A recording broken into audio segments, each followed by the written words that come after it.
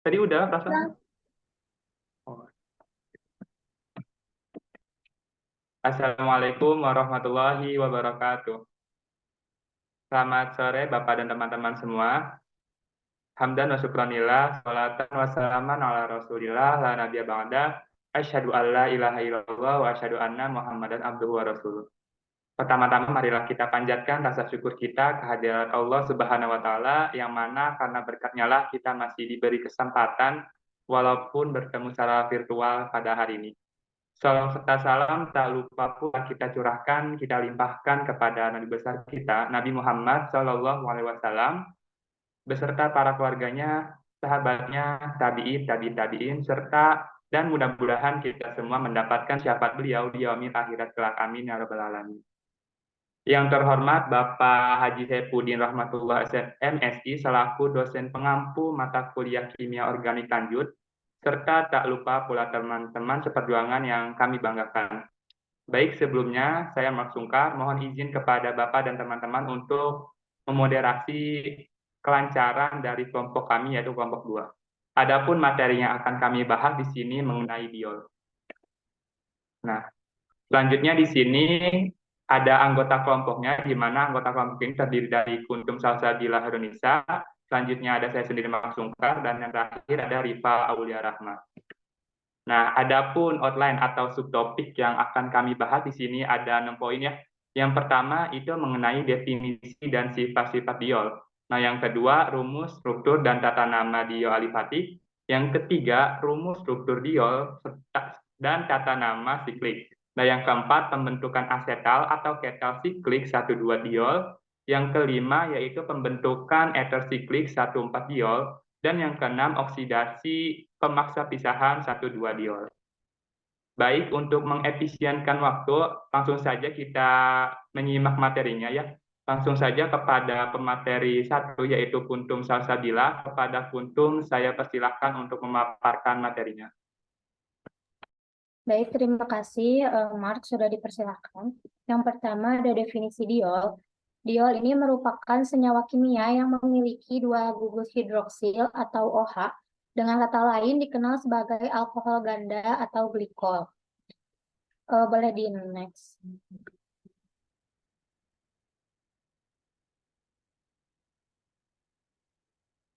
Boleh next slide. Nah, selanjutnya di sini diol memiliki sifat-sifat. Yang pertama, dari segi struktur, diol memiliki 2 gugus hidroksil atau OH yang terikat pada rantai karbon.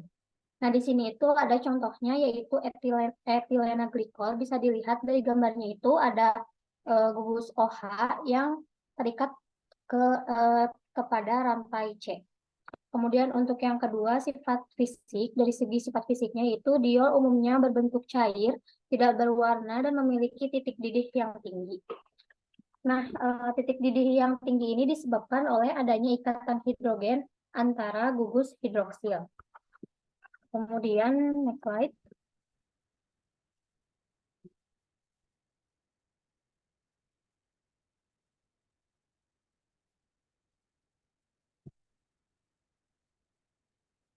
Bisa di next.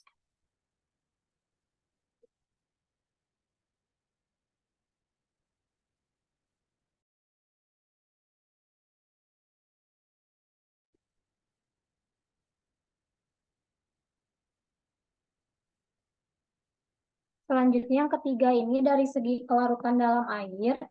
Diol ini umumnya larut di dalam air karena kemampuannya membentuk ikatan hidrogen dengan molekul air. Pada kelarutan ini juga menjadikan diol ini bersifat hidrofilik atau yang suka air. Kemudian sifat yang keempat itu dari segi reaktivitas. Diol memiliki reaktivitas kimia yang mirip dengan alkohol.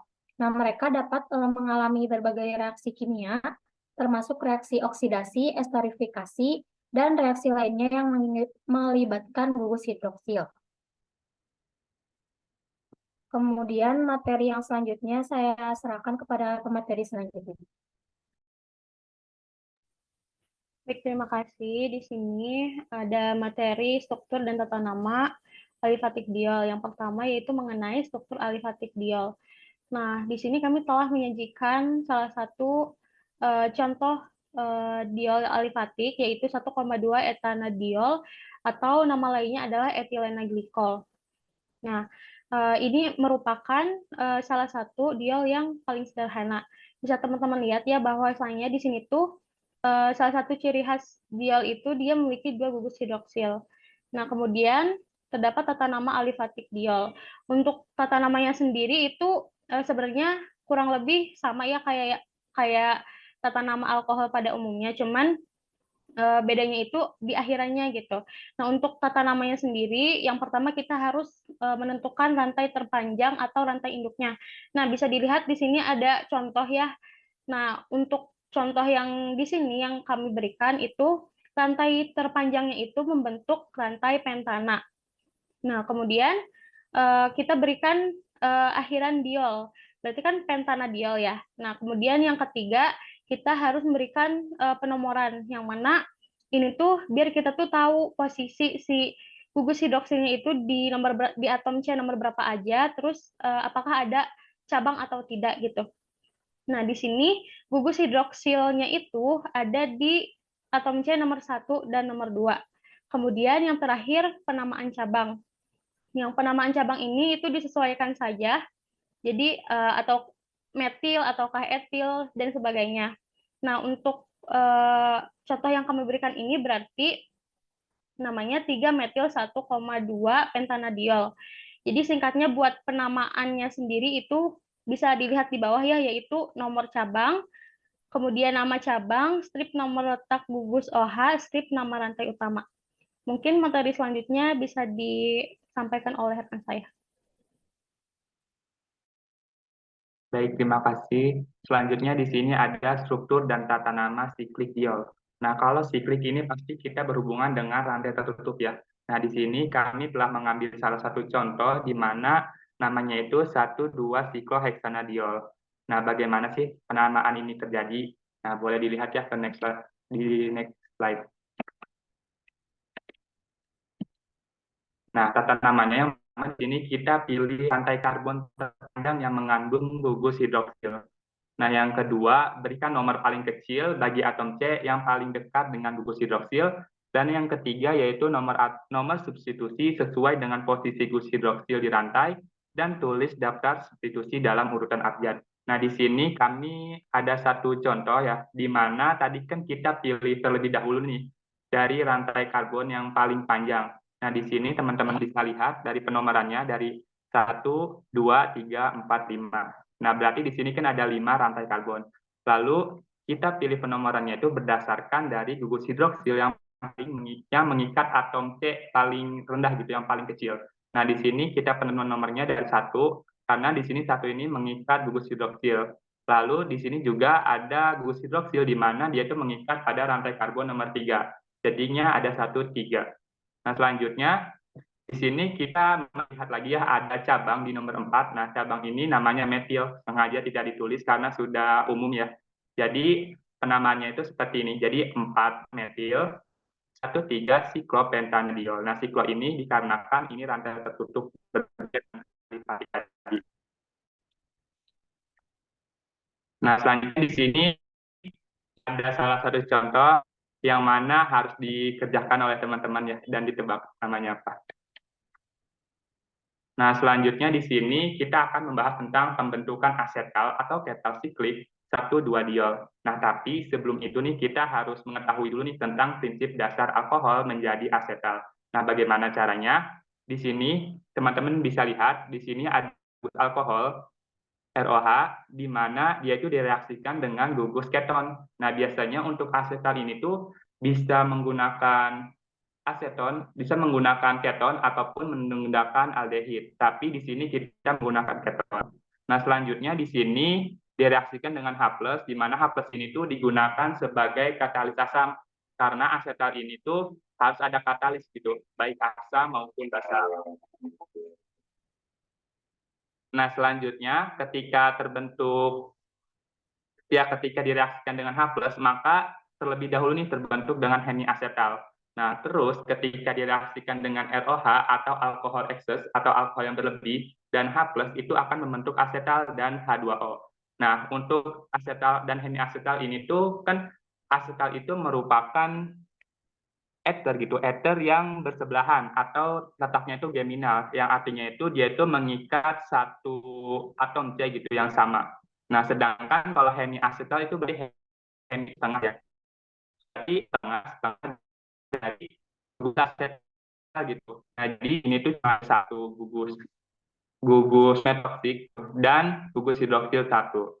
Jadi masih disebut dengan hemiasetal. Nah, mungkin di sini selanjutnya ada mekanismenya tuh bagaimana ya. Untuk mekanisme di sini ada atom O di mana itu akan menyerang hidrogen. Karena apa? Karena O ini kan bersifat nuklear. Jadi dia itu pecinta proton. Jadi dia itu menyerang dari karbis. Nah, setelah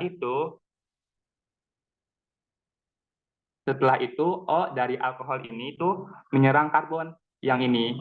Karena apa? Karena ini tuh bersifat dipol positif itu. Dan yang atasnya itu bersifat dipol negatif. Jadi kan O itu kan sifatnya nukleofil. Jadi itu menyerang proton, yang mana protonnya itu terletak di C atom karbonil. Nah, setelah itu, jadi karena kalau yang mengikat hidroksil kan jadi 5 ikatan gitu ya. Jadi itu kan tidak bisa ya. Maka dari itu si ikatan rangkap dua ini tuh akan menjadi pasangan elektron bebas pada gugus O yang atas ini. Nah, setelah itu O-nya itu menjadi kation, menjadi positif karena udah dikasih nih elektronnya ke karbon. Nah, karena spesies ini tuh enggak stabil ya. Jadi di sini tuh akan mengalami deprotonasi atau pelepasan atom hidrogen sehingga terbentuklah hemiasetal. Nah, lalu dari hemiasetal ini tuh akan membentuk suatu senyawa di mana direaksikan dengan H+ yang diserang oleh atom O dari hemiasetal tersebut. Nah,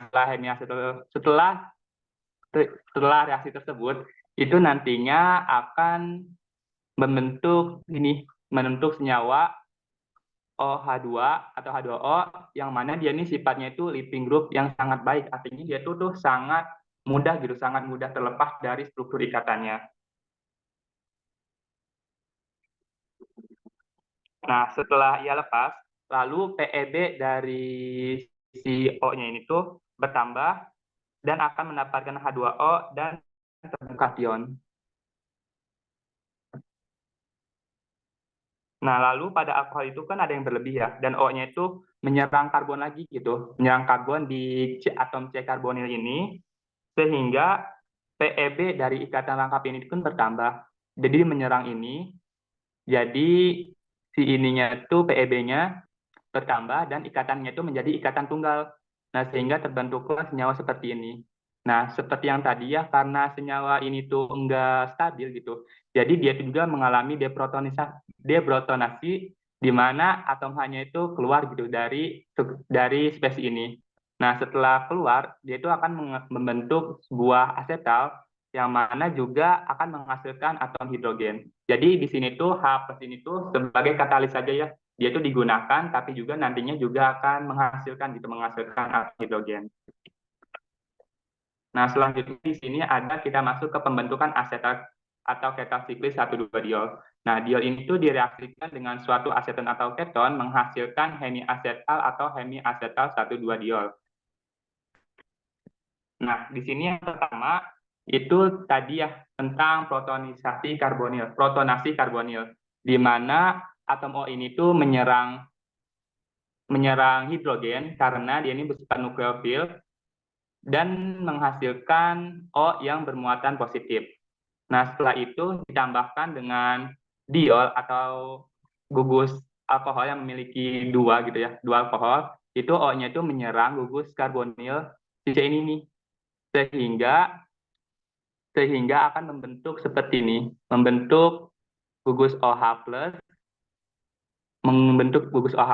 dan ikatan rangkapnya menjadi ikatan tunggal karena ini tuh dia tuh mengalihkan mengalihkan si ikatan lengkapnya itu menjadi pasangan elektron bebas. Nah, untuk yang ketiga di sini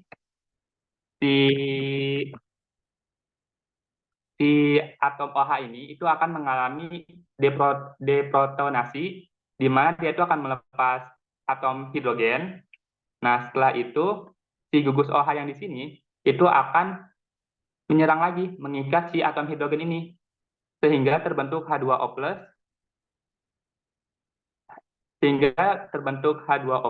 di mana dia itu sifatnya mudah melepas gitu, atau leaving group seperti tadi. Nah, setelah itu si ini tuh kan melepas, jadi dia tuh akan keluar dari ininya membentuk H2O, dan si O ini kan memiliki OH ini nih. OH ini kan memiliki pasangan elektron bebas ya. Jadi dia itu juga akan ke bawah dan C-nya itu akan bermuatan positif. Nah, terus langkah yang kelima, karena si OH-nya ini memiliki pasangan elektron bebas, jadi dia itu dapat mengikat atom C gitu, atom C+, dan sehingga dia itu membentuk COH plus gini, COH plus. Nah, setelah itu di sini juga akan mengalami deprotonasi, di mana H plusnya itu akan keluar dan akan menghasilkan asetal seperti yang digambar ini, menjadi siklik 1,2 diol. Nah, mungkin cukup sekian penyampaian dari saya. Selanjutnya akan saya serahkan ke pemateri selanjutnya.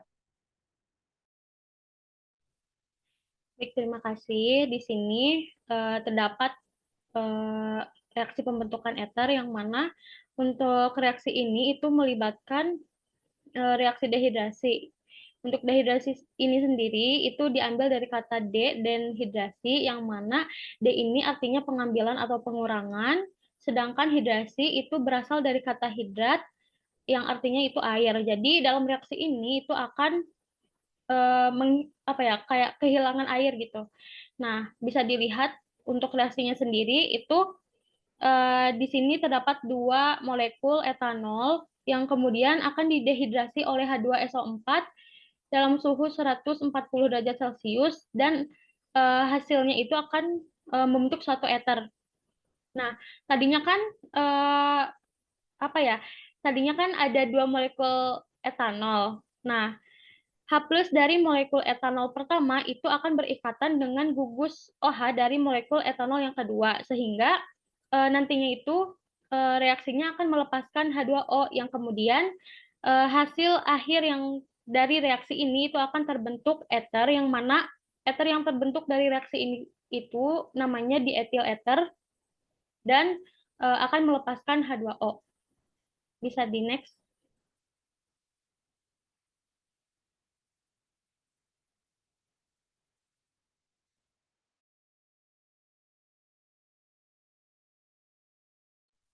Nah, selanjutnya terdapat pembentukan ether siklis 1,4 diol. Nah, di sini di bagian yang paling kiri itu sudah ada 1,4 diol, yang mana gugus hidroksil pada atom C keempat itu nantinya terprotonasi oleh H plus dari H2SO4, sehingga nantinya itu dia akan membentuk suatu ion oksonium, yang mana ion oksonium ini adalah kation oksigen sedemikian rupa sehingga oksigen memiliki 3 ikatan, sehingga nantinya itu akan memberikan muatan positif. Nah, selain ion oksonium, ia juga akan meningkatkan reaktivitas gugus hidroksil pada atom C ke 1. Nah, si gugus hidroksil pada atom C ke 1 itu dia berperan sebagai nukleofilik yang mensubstitusi H2O dari alkohol pada atom C keempat. Nah, selanjutnya, gugus hidroksil pada atom C ke 1 yang telah teraktivasi tadi, ia akan melakukan serangan nukleofilik ke atom C yang mengikat gugus hidroksil pada atom C keempat. Nah, yang kemudian dari reaksi tersebut itu akan terbentuk suatu siklik, yang mana dia juga membentuk ikatan ether terprotonasi yang melepaskan H+, dan nantinya itu H+-nya itu akan ditangkap oleh molekul air. Nah, kemudian hasil dari reaksi ini yaitu akan membentuk ether siklis 1,4 diol, atau nama lainnya ether epoksida, dengan hasil sampingan yaitu H2O atau air. Mungkin sekian dari saya. Untuk materi selanjutnya akan disampaikan oleh rekan saya.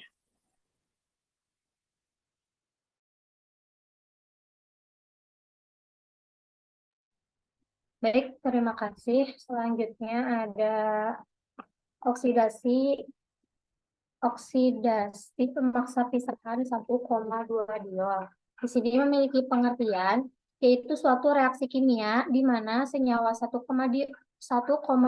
diol dioksidasi oleh zat pengoksidasi yang menyebabkan putusnya ikatan C pada posisi 1 dan 2 di dalam molekul diol.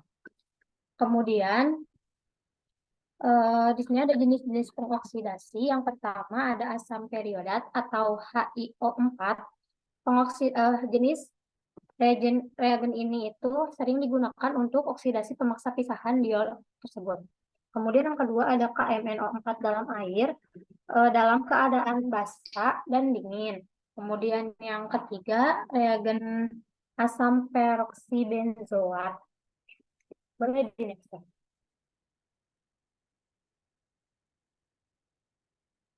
Nah, selanjutnya di sini ada reaksi. Di sini itu ada yang termasuk senyawa alkohol, di mana ciri-cirinya itu ada gugus OH, ada satu gugus OH, yaitu di situ ada contohnya 2 propanol yang dikatalis oleh Cu menghasilkan 2 propanon. Nah, ini itu contoh alkohol yang dioksidasi dengan katalis tertentu akan menghasilkan senyawa yang memiliki gugus karbonil. Bisa dilihat ya di 2 propanon ini ada gugus karbonil yang ditandai dengan atom C yang berikatan rangkap 2 dengan O. Nah, begitu juga dengan diol, jika dioksidasi dengan reaksi tertentu, maka akan menghasilkan senyawa yang memiliki gugus karbonil. Hal ini itu dikarenakan diol dan alkohol sama-sama memiliki gugus hidroksil atau gugus OH. Boleh next slide?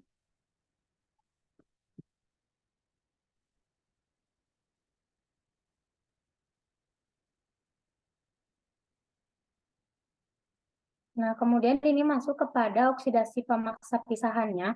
Di gambar yang pertama yang di atas ini itu, reaksi yang pertamanya, jadi ada senyawa 1,2 diol, di sini senyawanya senyawa A, direaksikan dengan asam periodat atau HiO4 pada tetrahidrofuran atau THF ini sebagai pelarut. Dan di sini itu menghasilkan 2 gugus karbonil yang ditandai dengan atom C berikatan rangkap 2 dengan oksigen. Kemudian pada gambar yang kedua di sini, di gambar yang kedua ini, reaksi yang tadi di atas itu menghasilkan siklik periodat. Di sini ada siklik periodat antara 1,2 diol dan asam periodatnya. Nah, kemudian siklik periodat ini mengalami pemecahan atau pemaksa pisahan menjadi senyawa siklopentanon yang ada di paling kanan ini. Siklo itu karena terbentuknya cincin. Kemudian boleh di next slide.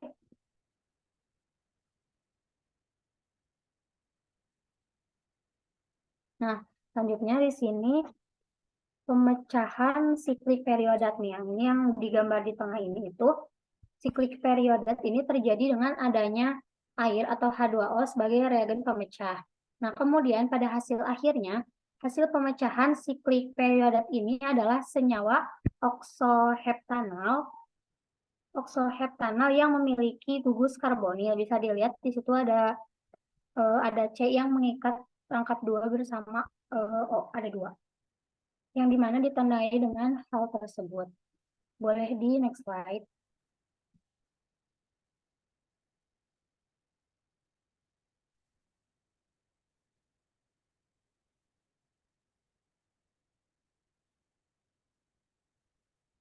Ya, mungkin sekian materi yang bisa saya sampaikan. Saya kembalikan kepada moderator. Terima kasih. Alhamdulillah ya untuk penyampaian materi dari kelompok 2 sudah dipaparkan gitu. Selanjutnya mungkin cukup sekian pemaparan dari kelompok kami. Kurang lebihnya kami mohon maaf. Billahi taufiq wal hidayah. Wassalamualaikum warahmatullahi wabarakatuh.